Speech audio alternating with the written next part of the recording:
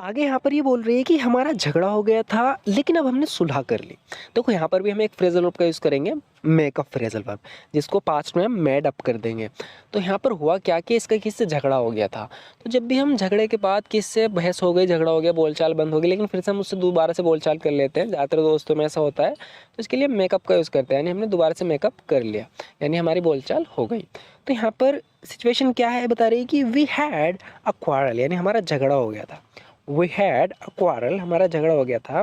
But we have made up now, लेकिन अब हमने क्या किया, मेड अप कर लिया, यानी एक दूसरे से बोलने लगे। But we have made up now, अब हमने सुलह कर ली। मैं अभी इस समस्या से निपट नहीं सकता, मैं इसे बाद में हैंडल कर लूँगा। तो इसके सामने कोई समस्या है जिसका अभी सामना नहीं कर सकता, तो अब इसे इंग्लिश में हम कैसे बोलेंगे, ये समस्या को निपटना है। तो इसके लिए हम यूज़ कर सकते हैं डील विद का। तो I can't deal with this problem right now, मैं इस समय इस प्रॉब्लम से डील नहीं कर सकता। I can't deal with this problem right now, I will handle it later, मैं इसे बाद में हैंडल कर लूँगा। I will handle it later. I can't deal with this problem right now, I will handle it later, मैं भी इस समस्या से निपट नहीं सकता, मैं इसे बाद में हैंडल कर लूँगा। मैं इस वक्त बुरे दौर से गुजर रहा हूँ। जब भी कोई किसी दौर से गुजरता है तो क्या गोइंग, गो थ्रू का यूज़ कर सकते हैं। बुरे दौर से गुजर रहा है तो हम गो थ्रू का यूज़ करेंगे यहाँ पर। I am currently going through a tough phase, a tough phase, tough यानी कि बुरा वक्त, आप समझ सकते हो इससे। I am currently going through a tough phase, मैं इस वक्त बुरे दौर से गुजर रहा हूँ। अब आगे बोल रहा है कि तुम्हें खुद ही करना चाहिए।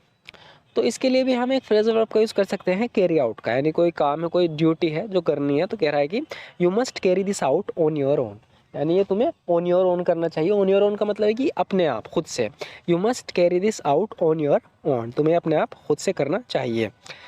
तुम्हें एक अच्छे प्लान की ज़रूरत है, यानी इससे निपटने के लिए तुम्हें क्या चाहिए, एक अच्छा प्लान चाहिए। जब भी हम कहते हैं कि तुम्हें एक प्लान की ज़रूरत है, एक अच्छा प्लान की ज़रूरत है, तो जब हम फ्रेजल वर्ब का यूज़ करेंगे तो हम कम अप का यूज़ करेंगे। जब भी हम कोई प्लान बनाते हैं तो हम उसके साथ कम अप करते हैं, यानी कि ऐसे बोलते हैं ना कि I have come up a plan, यानी कि मैं I have come up with a plan.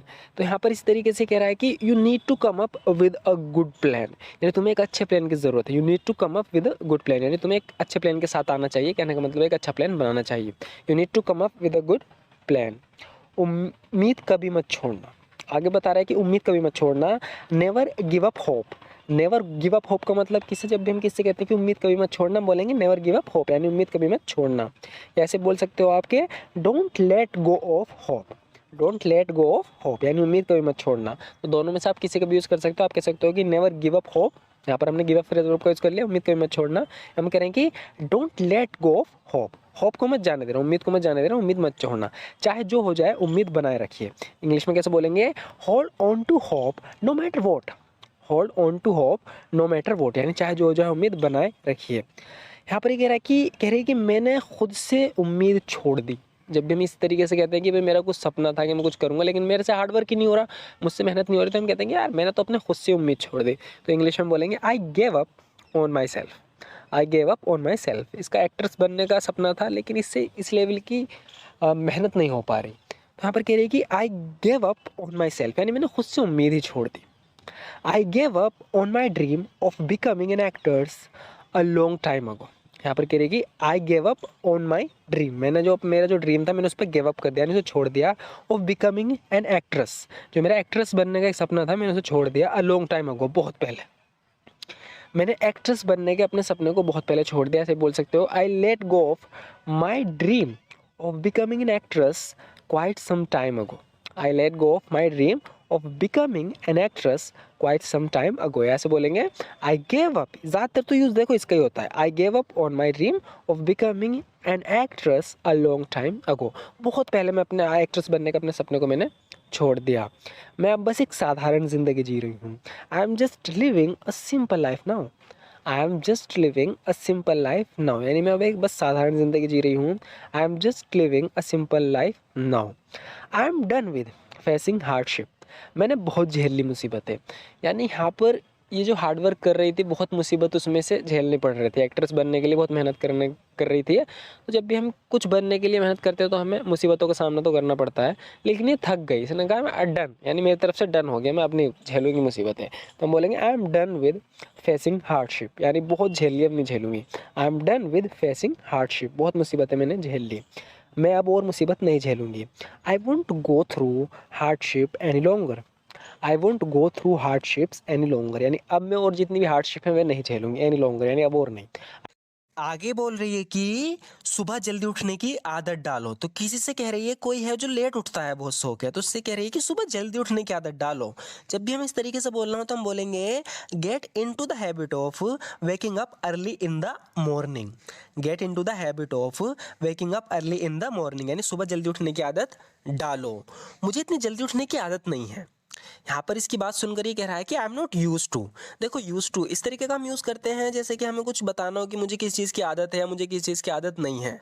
तो यहाँ पर जल्दी उठने की बात चल रही है। अगर हम कहें कि I am used to getting up early, यानी कि मुझे जल्दी उठने की आदत है, लेकिन यहाँ पर ये कह रहा है कि मुझे इतनी जल्दी उठने की आदत नहीं है, तो इसे हम इंग्लिश में बोलेंगे I am not used to. तो यहाँ पर नोट का यूज़ होगा I am not used to getting up this early.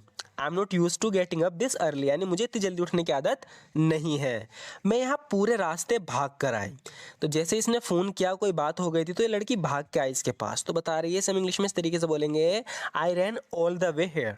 Simply हमें बस ये बोलना है I ran all the way here, यानी मैं यहाँ पूरे रास्ते भाग कर आई, यानी बताना चाह रही है कि ऑल द वे वहाँ से लेकर यहाँ तक, आई रैन मैं भागी, आई ran all the way hair मैं वहाँ से यहाँ तक भाग कर आई। इसका कहने का मतलब है कि मैं पूरे रास्ते भाग कर आई। आई ran all the way hair, मैं दूध लेने जा रही थी। बता रही है कि I was on my way to get some milk.